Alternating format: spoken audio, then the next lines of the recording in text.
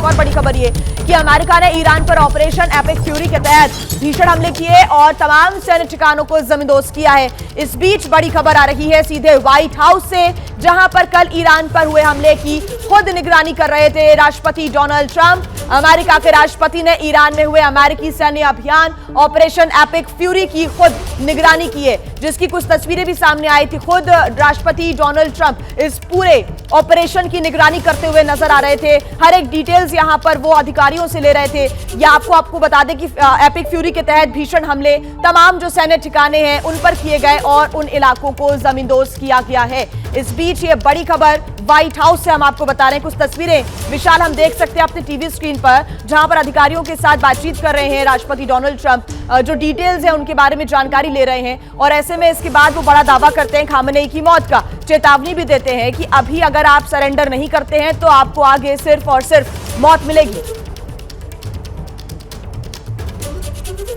अब बिल्कुल देखिए, लगातार अमेरिका इजराइल की तरफ से ईरान में जो इस समय के सरकार का तंत्र है, जो शासन का तंत्र है, उनको धमकियां दी जा रही हैं, चेतावनी दी जा रही है कि खामनेई की मौत हो चुकी है, अब सरेंडर करो।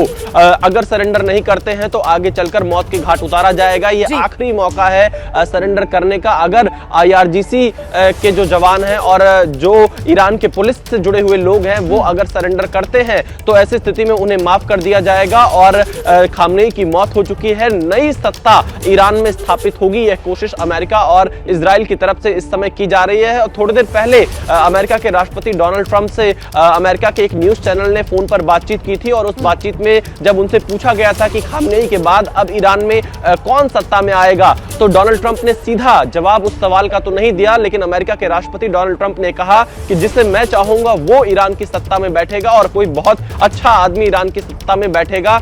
इससे ज्यादा जानकारी डोनाल्ड ट्रंप की तरफ से नहीं दी गई। तो जिया, आपने बिल्कुल ठीक कहा, अमेरिका के राष्ट्रपति डोनाल्ड ट्रंप ईरान को लेकर अपना प्लान पहले ही तैयार कर चुके होंगे, क्योंकि जब खामनेई के ऊपर यह हमला किया गया कल सुबह, उस हमले में खामनेई की मौत की पुष्टि डोनाल्ड ट्रंप कर रहे हैं, तो आगे की रूपरेखा जरूर यहां पर तैयार की गई होगी, क्योंकि ईरान के इस समय जो शासन से जुड़े हुए लोग हैं वो अभी हमले नहीं रोक रहे हैं। तो ऐसे हालात में अमेरिका और इजराइल का अटैक ईरान के ऊपर अभी भी जारी रह सकता है। थोड़ी देर पहले IDF ने कुछ और जो ईरान के सैन्य ठिकाने हैं उनके ऊपर हमला किया है और नुकसान पहुंचाया है ईरान के सैन्य ताकत को। बार बार इजराइल और अमेरिका यही संदेश ईरान के मौजूदा शासन को दे रहे हैं कि सरेंडर करना ही इस समय सबसे सही तरीका होगा। ईरान के मौजूदा शासन के जो भी मिलिट्री से जुड़े हुए लोग हैं, अगर सरेंडर नहीं होता है तो अंजाम बुरे भुगतने पड़ेंगे। और इसीलिए इजराइल की तरफ से ईरान की तमाम दो फाड़ नजर आ रही है। एक तरफ तो जहां कुछ जो देश हैं वो ईरान का समर्थन साथ देते हुए नजर आ रहे हैं, कह रहे हैं कि उन्हें अपनी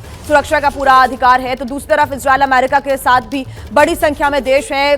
स्वाभाविक रूप से देखिए, अमेरिका महाशक्ति, ऐसे में पड़ला यहां पर अमेरिका इजराइल का भारी नजर आ रहा है। लेकिन इस बीच ईरान भी दो नीतियां अपना रहा है। एक तरफ तो लगातार वो हवाई हमले भी कर रहा है अमेरिकी सैन्य बेसिस पर, और दूसरी तरफ कल भी एक खबर सामने आई थी विशाल, उसके बारे में आप जानकारी दीजिएगा कि जो UNSC का मंच है वहां पर भी अपनी बात को रखेगा ईरान।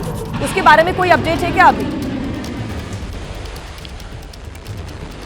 देखिए, यहाँ पर ये कोशिश जरूर की जा रही है कि UNSC के मंच पर अपनी बात रखे, तमाम चीजें रखे, लेकिन फिलहाल हमने अगर बीते कुछ दिनों के अनुभव देखे हों, बीते कुछ मामलों के अनुभव देखे हों, उस आधार पर कहा जा सकता है कि UNSC की बैठक का कोई बहुत महत्वपूर्ण रोल अब नहीं दिखता है। संयुक्त राष्ट्र अपनी तमाम भूमिकाओं को निभाने में असफल दिखाई दे रहा है। संयुक्त राष्ट्र अगर इतना ही सक्रिय होता तो इतने बड़े युद्ध की शुरुआत नहीं होती, क्योंकि इससे कहीं ना कहीं आम लोग ही प्रभावित नजर आ रहे हैं। आप सोचिए जिया, बड़ी संख्या में लोग दुबई एयरपोर्ट पर फंसे हुए हैं, बड़ी संख्या में लोग दोहा एयरपोर्ट पर फंसे हुए हैं, बड़ी संख्या में लोग अबू धाबी के एयरपोर्ट पर फंसे हुए हैं, बड़ी संख्या में लोग तेल अवीव के एयरपोर्ट पर फंसे हुए हैं, क्योंकि सारी फ्लाइट्स रद्द कर दी गई हैं। लोगों के मन में बहुत सारी शंकाएं हैं, बहुत सारी चिंताएं हैं, लेकिन जो विश्व समुदाय है उसका ध्यान अभी इस तरफ नहीं जा रहा है। अमेरिका और इजराइल पूरी तरह से ईरान के में जो खामनेई का शासन रहा है उसके अंत में जुटे हुए हैं। ईरान पलटवार करने में जुटा हुआ है,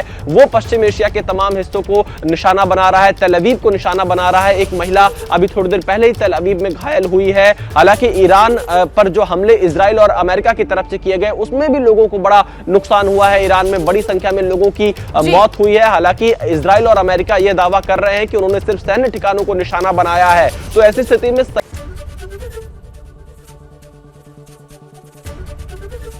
एबीपी गंगा, खबर आपकी, जुबान आपकी।